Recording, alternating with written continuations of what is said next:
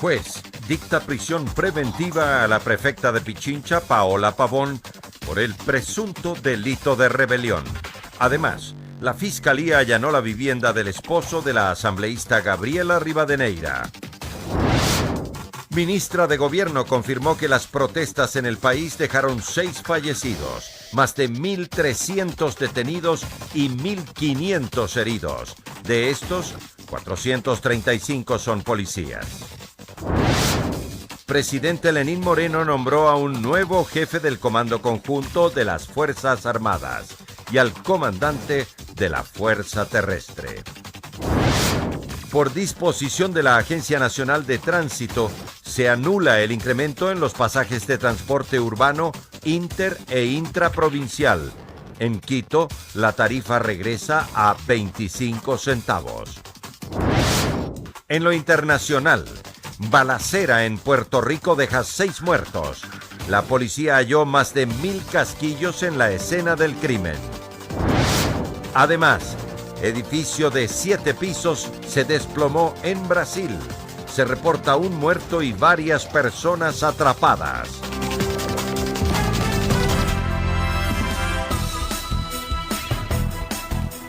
Martes 15 de octubre del 2019, amigos, es un gusto estar nuevamente con ustedes aquí en Emisión Estelar del Comercio TV con lo más destacado en esta jornada. Es un privilegio trabajar para ustedes. Aquí iniciamos. Julio Arrieta, presidente de la Corte Provincial de Pichincha, dictó orden de prisión preventiva contra la prefecta de Pichincha, Paola Pavón, quien es investigada por rebelión al supuestamente instigar actos violentos en las protestas indígenas. Esto mientras que más asambleístas correístas se refugian en la Embajada de México en Ecuador en busca de asilo político. Antes de las 5 de la mañana de este martes en la Corte Provincial de Pichincha, se instaló la audiencia de formulación de cargos contra la prefecta de Pichincha, Paola Pavón, su asesor Cristian G. y Pablo H. Luego de 7 horas, el presidente de la Corte, Julio Arrieta, dictó prisión preventiva contra Pavón y su colaborador. Y la Fiscalía no ha presentado ningún tipo de elemento material que demuestre la participación de la prefecta de Pichincha y que demuestre la necesidad de la prisión preventiva. Ramiro Aguilar, abogado de la prefecta, cuestionó que no existieron argumentos suficientes para el supuesto delito. ¿Qué presentó la Fiscalía, doctor? ¿Qué elementos? La Fiscalía presentó, aunque ustedes no lo crean, chats de WhatsApp. ¿Qué dicen? Que básicamente tienen discusiones internas políticas. Pavón fue detenida en su domicilio a las 5 de la mañana de este lunes. Se la acusa de rebelión por incitar actos violentos en la protesta indígena. Su defensa técnica aplicará los mecanismos legales que estén a su alcance para evitar que ella permanezca detenida 90 días, mientras dura la instrucción fiscal. Ha quedado apelada la prisión preventiva de manera oral, hay que ratificar la apelación de manera escrita y presentar el recurso de habeas corpus como establece la ley. También se confirmó el allanamiento al domicilio de Luis F., esposo de la asambleísta Gabriela Rivadeneira. De acuerdo a la Fiscalía, se incautó una caja fuerte, una libreta de ahorros, detalles de pagos al señor presidente, como material electoral. Rivadeneira se encuentra en la Embajada de México en Ecuador, solicitando asilo político, al igual que los asambleístas Soledad Buendía, su cónyuge, Edwin Jarrín, ex vicepresidente del Consejo de Participación Ciudadana y Control Social, Carlos Viteri, su cónyuge, Tania Pauquer, ex integrante del Consejo de Participación Ciudadana y Control Social, el asambleísta alterno Luis Molina, también el procurador síndico de la prefectura de Pichincha. Por el momento, se desconoce el paradero de Virgilio Hernández, informó Héctor Romero. La bancada de la Revolución Ciudadana evalúa cómo consolidar su agrupación luego de que 3 de sus asambleístas principales y un alterno están asilados en la Embajada de México en Quito. Estos legisladores están señalados por supuestamente incentivar la violencia durante el paro nacional. Primero fue Gabriela Rivadeneira quien recibió acogida por parte del gobierno mexicano. Más tarde, se le unió la asambleísta Soledad Buendía y su esposo, el ex vicepresidente del Consejo de Participación Ciudadana, Edwin Jarrín, y también el legislador Carlos Viteri. Todos ellos están bajo la protección del gobierno de Manuel López Obrador en la Embajada de México en Quito. Esta protección habría sido necesaria luego de varios incidentes, según cuenta el también legislador Juan Cristóbal Lloret. En los momentos previos, inclusive a estas movilizaciones, semanas anteriores, meses anteriores, las compañeras han sido objeto de una serie de seguimientos por parte de agentes seguramente de la Policía Nacional, ante sus domicilios, inclusive tratando de intimidarlos y de intimidar a su familia. Lloret manifiesta que esta bancada afín al expresidente Correa es blanco de persecución y ahora deben decidir el futuro de su agrupación. Una opción podría ser la principalización de los alternos, de los asambleístas asilados. Somos una cuarta parte de la Asamblea Nacional y en ese ámbito somos quizás una de las principales fuerzas políticas al interior de la Asamblea Nacional y vamos a seguir siendo. Pero por parte de las otras bancadas, tal persecución sería inexistente. El trasfondo del refugio estaría vinculado a los hechos de violencia registrados en las recientes protestas. Huyeron antes de que nadie les procese. No dan la cara a este país como tiene que ser un ciudadano honesto, un ciudadano que quiere el bien para este país. Es que en algún momento la Asamblea hubiera querido reunirse en estos días, nos tocaría ir a la Embajada de México porque parece que está más lleno de asambleístas esa embajada que lo que va a tener el Pleno en estos días, ¿no? Informó Carolina Basante. La embajadora de México ante la OEA y el canciller ecuatoriano José Valencia se refirieron al asilo y protección de 7 ecuatorianos que permanecen en la Embajada de México en Ecuador bajo la figura de asilo y protección. Entre ellos están 3 asambleístas vinculados al correísmo. Por lo que se refiere a la protección otorgada por el Gobierno de México, resguardando en su sede diplomática en Quito a 7 nacionales ecuatorianos, permítame subrayar que México se reafirma como un país congruente con su tradición diplomática y sus principios constitucionales de política exterior. Es sobre esta base que tenemos una tradición de protección a quien así lo solicite, independientemente de sus orientaciones políticas. Mi gobierno se suma a la posición de diversos actores internacionales para acompañar a alcanzar una solución pacífica sin interferencias de ningún tipo, conforme al espíritu democrático que distingue al pueblo ecuatoriano. El otorgar asilo o refugio a una persona es una facultad soberana de los estados. Nosotros, por supuesto, respetamos otras decisiones que se puedan tomar, a pesar que tengamos puntos de vista diferentes con respecto a las personas que han buscado refugio. Por otro lado, la Organización de Estados Americanos, OEA, por aclamación adoptó una declaración que condena los actos de vandalismo e interferencia que se registraron durante el paro para desestabilizar al gobierno de Moreno. Los países miembros de la Organización de Estados Americanos, OEA, dieron su respaldo al canciller ecuatoriano José Valencia en su denuncia de los actos vandálicos que intentaron desestabilizar al gobierno de Lenín Moreno durante la paralización.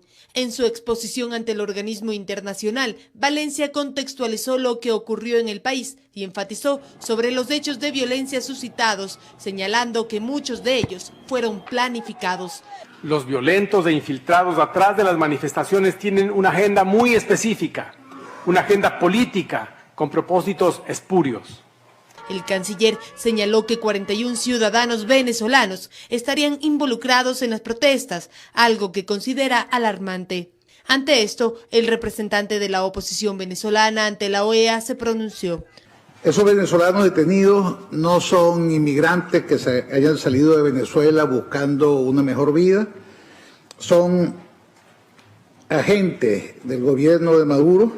Colombia, por su parte, cuestionó los hechos. ¿Qué estamos enfrentando? ¿Y quiénes están auspiciando el caos? ¿Cuál es su propósito? ¿Y qué intereses criminales los están protegiendo? Valencia señaló que en varios de los ataques estarían involucradas personas afines al expresidente Rafael Correa. A su vez, condenó que un funcionario venezolano haga un llamado a la rebelión en el Ecuador, al igual que las FARC. El Ecuador no va a permitir ningún tipo de injerencia extranjera, ningún tipo de violación de su soberanía por parte de ningún proyecto político, por parte de ninguna forma de pensar que no sea el proyecto que pueden los ecuatorianos tener en democracia, con arreglo a los principios democráticos, 100% a la Constitución de nuestro país. La OEA, por aclamación, condenó los hechos de vandalismo e interferencia que tuvieron como fin desestabilizar al régimen, informó Valeria Navarro. La Asamblea retoma sus actividades en medio de críticas por su gestión durante el paro nacional. Este miércoles la legislatura evaluará la situación del país y los mecanismos de acción. Así como la normalidad va volviendo de a poco a la ciudad capital, también en la Asamblea se retoman las actividades cotidianas. En los pasillos ya se ven a los trabajadores y también a asambleístas que llegaron este martes hasta el hemiciclo luego de 12 días de paro. Parece que es tarde, muy tarde, la reacción de la Asamblea Nacional. Parece que aquí hubo claramente una falta de liderazgo por parte de quienes manejan la Asamblea Nacional. Sin embargo, para otros legisladores hay justificación a la falta de convocatoria del Pleno, pues así se habría evitado un golpe de Estado. Lo que nosotros hicimos es no caer en la agenda correísta, es decir, llamar a una sesión de la Asamblea era permitir que exista una moción para la aplicación del artículo 130, numeral 2, por grave conmoción social para defenestrar al señor presidente. Lo sensato cuando las cosas están tan graves es no ponerle más gasolina al fuego encendido. Y por supuesto por eso digo que hemos actuado con cautela. Esta amenaza golpista sería infundada según el ala correísta que, por su lado, asegura que la iniciativa de mocionar la destitución del presidente Moreno era legítima. Nosotros hemos sido respetuosos del marco constitucional. En todo caso, este miércoles está prevista una nueva sesión del Pleno de la Legislatura en donde se propondrá que una comisión ocasional investigue los hechos ocurridos durante las manifestaciones. Primero, los momentos y las causas de los fallecimientos, que también se investigue el número de heridos y detenidos, así como también lo que algunos sectores están diciendo que ha habido un intento de golpe de Estado. Informó Carolina Basante. El presidente Moreno dio su discurso desde el Palacio de Carondelet este martes, luego de 8 días de haber trasladado la sede del gobierno a la ciudad de Guayaquil. Miles de simpatizantes esperaban por el primer mandatario. Fueron cientos de ciudadanos los que se concentraron en la histórica Plaza de la Independencia a esperar al primer mandatario. Lunes 15 de octubre y el presidente Moreno, luego de su decisión de trasladar el gobierno a Guayaquil, retornó a Carondelet. Aquí en su discurso se dijo orgulloso de ser ecuatoriano. Ser ecuatoriano, carajo, es bastante, es mucho. Lo hemos demostrado en todas las circunstancias que nos ha tocado vivir. No hay motivo de alegría, no hay festejo. Ha habido enfrentamiento entre ecuatorianos, pero es verdad, jamás que se vuelva a presentar una circunstancia como esta. El mandatario estuvo acompañado de la primera dama, del vicepresidente, así como de varios de sus ministros de Estado, e hizo nuevamente referencia al decreto que pretendía la eliminación del subsidio a los combustibles. Cumplimos lo que prometimos. Derogué el decreto. Ahora viene un decreto justo que favorezca a los más pobres, a los más desvalidos, a los olvidados de entre los olvidados. Ahora sí viene el decreto. El momento ya lo veremos. Cuando terminemos de dialogar, cuando terminemos de consensuar. Es así como el Ejecutivo regresa a Quito tras la finalización de las protestas y luego de 8 días de gobierno en el puerto principal, informó Marilyn Jaramillo. Además, el primer mandatario, mediante 2 decretos ejecutivos, removió este martes a 2 jefes de la cúpula militar, nombrando así al nuevo jefe del Comando Conjunto de las Fuerzas Armadas, general Luis Lara, y al nuevo comandante del Ejército, general Luis Altamirano.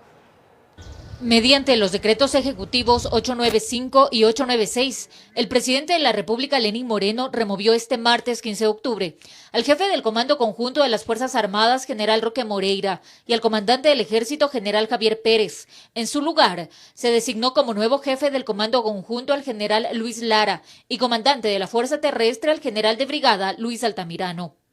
El nuevo jefe del Comando Conjunto, general Luis Lara, es un oficial de las Fuerzas Especiales con 36 años de servicio y quien ascendió a general de división el pasado 5 de julio, mientras que el general Luis Altamirano fue jefe de la 3ª División del Ejército Tarquí, informó Marilyn Jaramillo. Y atención, la ministra de Gobierno confirmó que no ha presentado la renuncia a su cargo, esto tras la insistencia del sector indígena. Además, señaló que las protestas dejaron 6 muertos y más de 1.300 personas detenidas. Uno de los pedidos del sector indígena para dialogar con el gobierno durante las protestas era que los ministros Osvaldo Jarrín de Defensa y María Paula Romo de Gobierno presentaran la renuncia a sus cargos. Aunque esto no entró en los acuerdos, los movimientos siguen insistiendo en aquello, ante lo cual Romo informó que no ha renunciado a su puesto. No he puesto a disposición del presidente mi renuncia. El presidente siempre tiene a su disposición mi cargo y el de todos los funcionarios de libre remoción. Sin más detalles, esto lo dio a conocer en el marco de la presentación del balance de los 11 días de protestas, en el cual indicó se registraron 1.507 heridos, de ellos 435 son policías, y actualizó el número de detenidos. 1.330 aprehendidos en total. De ese total de aprehendidos, 57 personas son personas extranjeras. La Defensoría del Pueblo también presentó su balance a través de un informe en el cual establece 1.192 detenidos, 8 fallecidos y 1.340 heridos. En torno a las víctimas mortales, Romo señaló que se han podido verificar 6 muertes por accidente de tránsito o caídas. Hay una persona incluida en la lista de la Defensoría del Pueblo cuyo nombre no lo encontramos en ninguna institución, que no está en ningún reporte y que podría tratarse de un nombre repetido de esa misma lista, que efectivamente es una de las personas que sufrió una caída en San Roque. Chaluisa José Rodrigo.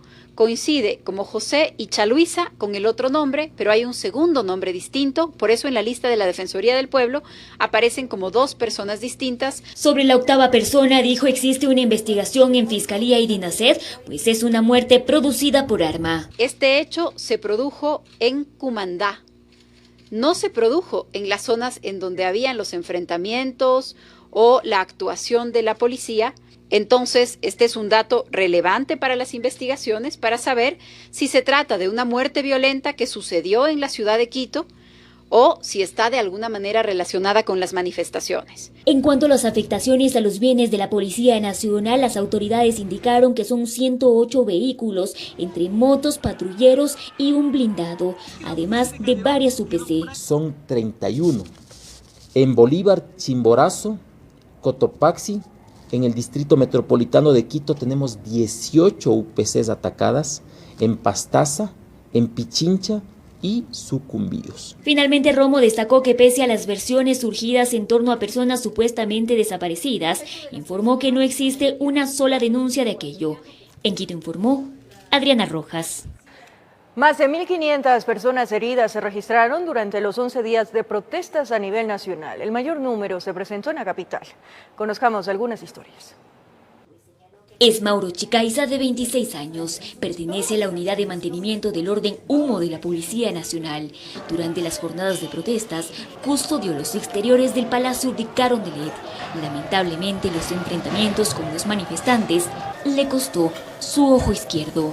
Momento en el cual yo fui impactado con una piedra en el ojo izquierdo. Lastimosamente perdí mi ojo izquierdo, pero me llevo la satisfacción del deber cumplido, de haber hecho mi trabajo. Gracias a eso está todo en paz, el Ecuador volvió a su normalidad.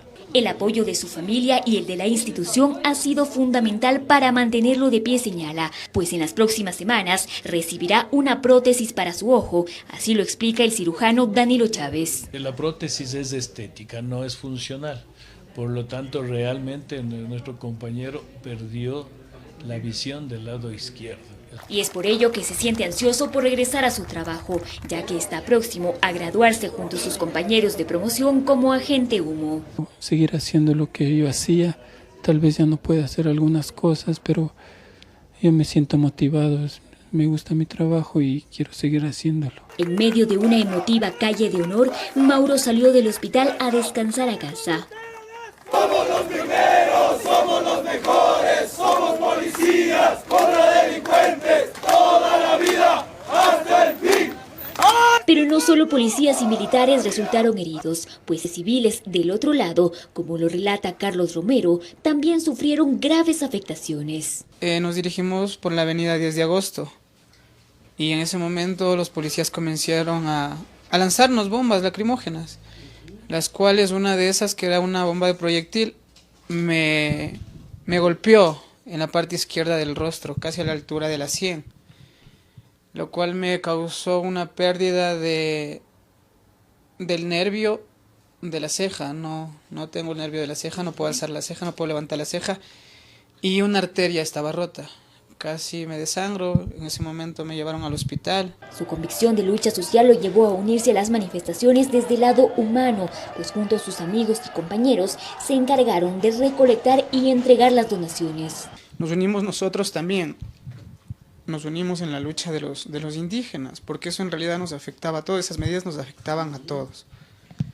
Gracias a Dios pudimos ganar. Dos historias de lucha, aunque a cada uno de ellos le tocó librarla desde donde le tocó, a ambos les une la satisfacción de que la paz regresó a Ecuador. En Quito informó Adriana Rojas. Momento de nuestra primera pausa en la emisión estelar del Comercio TV. Más adelante, el Ministerio de Salud desmiente muerte de niños en la maternidad Isidro Ayora, producto de las protestas. Además, mucha atención, las tarifas de transporte urbano, inter e intraprovincial vuelven a los precios establecidos. En Quito rige la tarifa de 25 centavos. Los detalles en breves minutos. Gracias por seguir en nuestra sintonía. El balance del Zonal 9 del Ministerio de Salud desmiente que producto de las protestas hayan muerto niños en la maternidad Isidro Ayora. Así también critica acciones de algunos manifestantes que no respetaron a los diferentes organismos de socorro. Varias noticias falsas circularon en redes sociales durante los 11 días de paro. Algunas de ellas referente que ciudadanos habían muerto por impactos de bala. El hospital Eugenio Espejo fue donde mayor número de pacientes ingresaron. Aquí se atendieron 209 pacientes aproximadamente, de los cuales ya la mayoría fueron dados de alta, tenemos 30 hospitalizados. De este grueso de personas que fueron llevados hasta esta casa de salud, solo uno murió.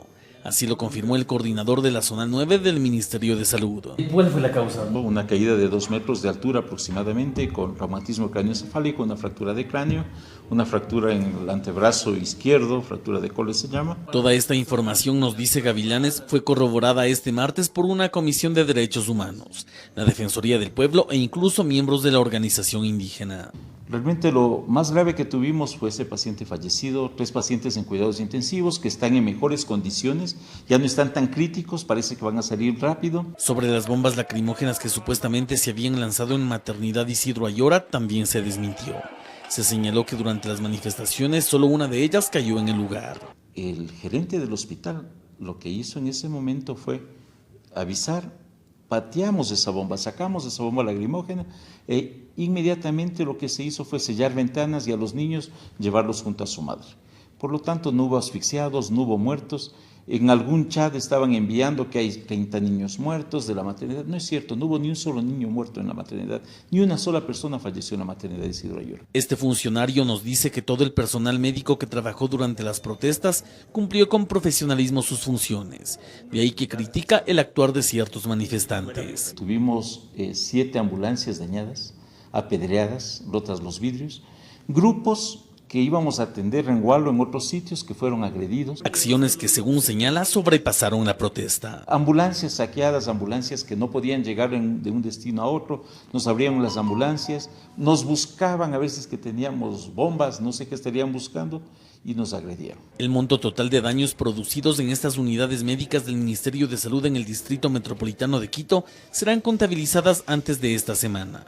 Esto con el objetivo de reemplazarlas o repararlas para continuar salvando vidas, informó Javier Rosero. Paramédicos, enfermeras, psicólogos y médicos, tanto estudiantes como docentes, atendieron a más de 120 personas heridas durante los 11 días de manifestaciones. Lo hicieron con pasión y sobre todo con amor. En 11 días de protesta, además de los manifestantes, los policías, periodistas y quienes se aprovecharon para causar terror, hubo otro grupo que estuvo presente en lo que denominan la zona caliente, presente en todo el centro del conflicto. Estaban ahí para ayudar. Se trata de profesionales de la salud, paramédicos, médicos, enfermeras, psicólogas y otros que se organizaron para poder atender a quien estaba herido. Los chicos, nuestros APHs, como los llamamos con afecto, con cariño, decidieron intervenir ante una problemática nacional en la que nuestra función era básicamente de apoyo, de ayuda. En una labor meramente humanitaria, atendieron a más de 120 personas. Creamos brigadas con paramédicos, estudiantes de atención prehospitalaria, enfermeros, estudiantes de medicina, todos nos unimos para crear estas brigadas. Eran estudiantes y docentes de la Universidad Central Católica, UDLA, San Francisco y Salesiana, pero también muchos otros jóvenes. Su trabajo no tuvo descanso. De día y de noche estuvieron ahí para ayudar. Nadie nos obligó, nadie nos dijo que debíamos estar ahí. Sabemos perfectamente que las personas, tanto del un lado como del otro lado, sean policías como manifestantes, nos necesitaban y ese era el mismo hecho por el cual nosotros nos presentamos allá. Hubo muchos momentos tensionantes, pero una de las imágenes que emocionó no solo al Ecuador sino al mundo fue esta. Cuando cientos de estudiantes hicieron un cordón humanitario para proteger a quienes estaban dentro de las zonas de paz. Y esto era con el objetivo de proteger el ingreso de niños, niñas, adolescentes, mujeres, adultos mayores y personas con discapacidad a la Universidad Católica, a la Universidad Salesiana. Cuando se lanzaban gases lacrimógenos, estas personas eran afectadas, pero del otro lado también lanzaban piedras. Entonces, debía haber un equipo humano neutral, imparcial, que realice un trabajo humanitario y por eso se hace este cordón humanitario. Pero este no fue el único cordón humanitario que se realizó. Hubo más. Por ejemplo, para pasar pacientes desde la asamblea, que estaban heridos en la asamblea, hacia el hospital Eugenio Espejo. Es decir, estas zonas neutrales donde había estudiantes de medicina, paramédicos de varias universidades, eran respetados. Mientras no se daban los enfrentamientos, nosotros hacíamos estas zonas neutrales con el objetivo de atender, como digo, a las personas de atención prioritaria. Los estudiantes y docentes entregaron todo, sin pedir nada a cambio. En Quito informó Andrea Urbe. Trabajadores públicos y privados del Ecuador demandan ser parte de las mesas de diálogo instaladas entre el gobierno nacional y el sector indígena. Una de las propuestas que tienen es eliminar el Consejo de Trabajo y Salarios. Una vez que se empezó a zanjar las diferencias tras la paralización indígena, la Confederación Nacional de Servidores Públicos del Ecuador, CONASEP, demanda ser parte de las mesas de diálogo. Porque con el respeto a los compañeros indígenas, ellos no representan a todo el Ecuador. Entonces creo que hay organizaciones de la sociedad civil que podrían participar de estos diálogos en función de no solamente hablar del tema de los combustibles, sino la política económica, hablar sobre el tema del subsidio al gas, que debería ser focalizado, y otros aspectos relativos a la economía ecuatoriana, porque si la economía marcha bien, pues los trabajadores de alguna manera también están bien. Lo que no esté bien nos afecta naturalmente en nuestras economías a nivel familiar. Además, dejar sin efecto los beneficios que se pretendieron quitar a los empleados del sector público. Solicitamos la aplicación inmediata en el sector público de la reclasificación por la derogatoria de las enmiendas del 2015. Por la misma línea, van quienes integran la Confederación de Trabajadores del Ecuador, CTE, en relación al proyecto de reformas laborales. Que estas reformas, este proyecto de reformas, tiene que ir implementado y visionado hacia los derechos progresivos que tenemos los trabajadores y que ellos no deben ser regresivos. Por tanto, la Constitución y los convenios internacionales son los que tienen que justamente entrar dentro de este ámbito en el debate en la Asamblea Nacional. Otra de las propuestas es de eliminar el Consejo de Trabajo y Salarios y aplicar un nuevo mecanismo para establecer el incremento al salario básico unificado. Hoy nosotros tenemos la canasta básica está el 45%, ¿no es cierto?, sobre el salario unificado, básico unificado. Entonces, ¿cuál sería la propuesta para el 2020? Que se incremente el 5% cada año hasta alcanzar la canasta básica, es decir, en 5 años estaríamos alcanzando, paleando la canasta básica de 714. Informó Héctor Romero. El alcalde de Quito, Jorge Yunda, se reunió con la fiscal general del Estado, Diana Salazar, para seguir el proceso de investigación sobre los hechos de vandalismo suscitados en la capital durante las manifestaciones. Se espera que en 10 días estén listos los informes periciales para determinar responsabilidades.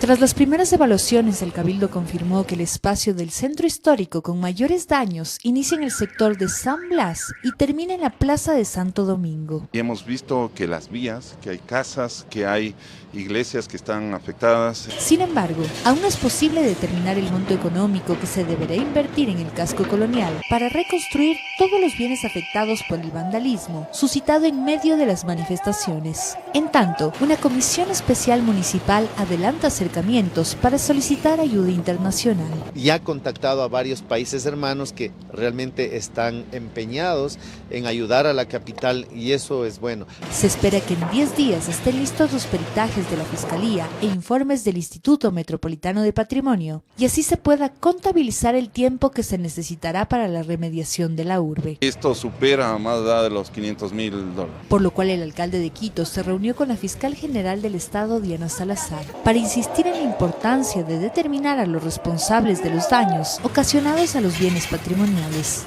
Necesitamos que se pida perdón a la ciudad, necesitamos que se aclaren a través de las autoridades qué otros intereses hubo detrás de estas manifestaciones. Las autoridades indicaron que fueron presentadas hace algunos días varias pruebas para facilitar la indagación.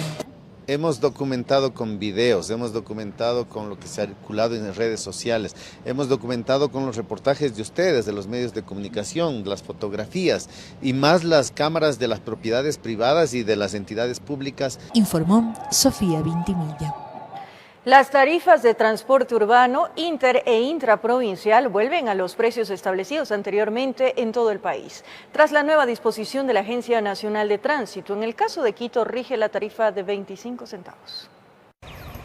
Las resoluciones 77 y 81 emitidas por el directorio de la Agencia Nacional de Tránsito, que establecían el incremento en las tarifas de transporte, fueron derogadas de acuerdo al nuevo decreto ejecutivo 894. Resoluciones quedaron insubsistentes y teníamos que formalizarlo a través del directorio de la Agencia Nacional de Tránsito. Se restablecieron las tarifas desde el inicio del día de hoy. Con esto se revierte el incremento en todo el país del 32% en las tarifas de transporte inter e intraprovincial y de 10 centavos adicionales para el transporte intracantonal y urbano. En el caso de transporte urbano, vuelven las competencias de establecer tarifas a los gobiernos autónomos descentralizados y serán ellos quienes hagan sus análisis para un eventual incremento. Es decir, que el proyecto de ordenanza de política tarifaria para revisar un incremento se retomaría en el Consejo Metropolitano. Que trataremos estos temas con el objetivo único de mejorar el transporte de la ciudad, pero un llamado a los dirigentes del transporte público, que en estos momentos no primen los intereses económicos.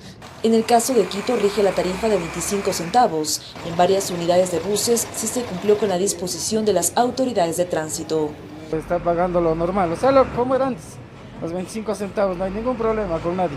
Los usuarios del transporte urbano respaldan la tarifa actual, señalan que el costo va de acuerdo con la situación que vive el país. Se llama el precio justo y el precio justo es pagar 25 centavos. Hay que pensar en la gente que realmente necesita, no gente pobre, que necesita. Las autoridades realizan controles con el fin de verificar que las operadoras de transporte cumplan con la tarifa establecida. Informó Priscila Cadena. Un agente metropolitano de tránsito fue agredido física y verbalmente por un supuesto taxista en Quito. Todo quedó registrado gracias a un video que se viralizó en las redes sociales. La Agencia Metropolitana de Tránsito condena los hechos y asegura que llegarán hasta las últimas consecuencias. ¿Quién me va a pagar? A ver, ¿quién me va a pagar? El video se viralizó a través de redes sociales. En él se observa una gresca entre un taxista y un agente metropolitano de tránsito en Quito. El hombre increpa al uniformado por el supuesto daño al parabrisas de su vehículo. De inmediato inicia con las agresiones. ¿Eres tonto? ¿Eres tonto? ¿Por qué me rompes el parabrisas? Se puede observar que en medio de empujones y reclamos, el agente recibe al menos 2 golpes en la cara hasta que intervienen varios vecinos. Dani Gaibor, director de la Agencia Metropolitana de Tránsito, cuenta el porqué de los hechos. Le solicita los papeles, el señor taxista actúa de mala manera, acelera su vehículo, golpea al agente civil de tránsito, producto de este golpe se rompe el parabrisas y de ahí, aparte de eso, va y lo que vemos en el video, ¿no? Que el taxista le agrede físicamente a nuestro agente civil de tránsito El agresor fue identificado como Dani A., quien pertenecería a una cooperativa de taxis de la capital. Sin embargo, dicha cooperativa asegura que el sujeto no forma parte de la compañía. Y más aún cuando en el taxi supuesto estaba el logotipo de nuestra compañía.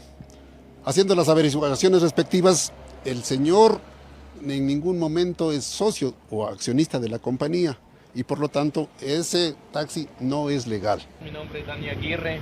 En otro video que también circula en redes sociales se observa cómo el taxista en son de paz le pide disculpas al agente metropolitano tras la agresión. El señor le pido mis disculpas ante lo acontecido. Sin embargo, desde la AMT presentarán la denuncia correspondiente. Y deberíamos más bien judicializar el tema, porque la agresión, la violencia con la que el conductor trata a nuestro agente civil es imperdonable.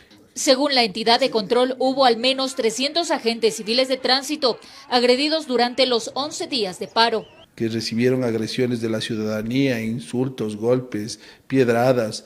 Como pudimos ver, incluso nos quemaron motos, nos quemaron un cuartel, nos vandalizaron algunas patrullas. La autoridad asegura que llegará hasta las últimas consecuencias, hasta que este tipo de actos no se vuelvan a repetir, informó Marilyn Jaramillo. Un tribunal de garantías penales del Guayas emitió sentencia en contra de 11 personas acusadas de ser quienes participaron del linchamiento de 3 ciudadanos en la parroquia Pozorja, en el cantón Guayaquil. El suceso ocurrió el 16 de septiembre del 2018, cuando la turba acusó a las víctimas de robar menores de edad. 2 días antes de cumplirse el primer año de aquel suceso, se logró sentenciar a 11 de los 20 implicados en el crimen que conmocionó a todo el país. Y 7 de los 11 fueron acusados y sentenciados con la pena privativa de libertad de 34 años 8 meses y 4 fueron como cómplices, es decir, la pena de 17 años 4 meses. El hecho de violencia ocurrió el 16 de octubre del 2018. Esa mañana, 3 personas, 2 hombres y una mujer fueron detenidos en la parroquia Pozorja mientras se encontraban al interior de un taxi. Los acusaban de robar a una madre de familia. Fueron detenidos y trasladados hasta el retén de la localidad. Pero, al poco tiempo, una turba enardecida se encargó de irrumpir en la celda. Los sacaron del sitio y procedieron a lincharlos hasta provocar sus muertes. Y algún chistoso dijo que eran robaniños. Sea cual fuera el hecho, no se justifica bajo ningún concepto, repito, que hayan actuado los ciudadanos de Pozorja y los procesados en este caso, que fueron identificados plenamente. Luego de investigar los sucesos y respaldarse en fotos y videos, la Fiscalía procedió a formular cargos en contra de 20 ciudadanos. Sí, efectivamente, desde el inicio y en todo momento hubieron imágenes, videos y por sobre todas las cosas, el testimonio de agentes de policía que trabajan muchos años en Pozorja, pueblo pequeño, y conocen perfectamente a todos y cada uno de los habitantes, se puede decir, de Pozorja. Aparte de los 11 sentenciados, ya existe la orden de prisión en contra de los 9 restantes, quienes al momento se encuentran prófugos de la justicia. Aparte de la sentencia establecida, los implicados deben cancelar una reparación integral para las familias equivalente a $15.000 cada uno.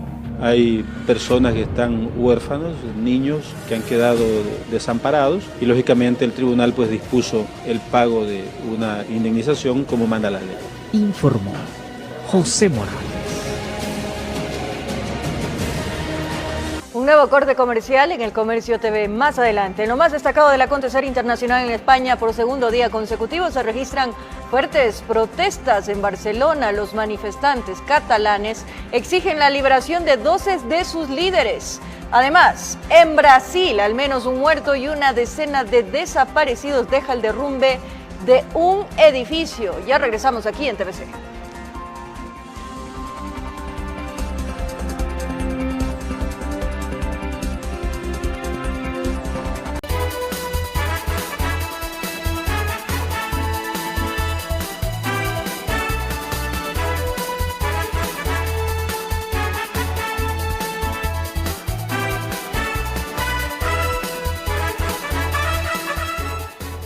En las noticias del espectáculo, Linda Hamilton y varias estrellas más de Terminator Dark Fate estuvieron en la alfombra gris en la premiere en México. Hay una máquina que me quiere matar.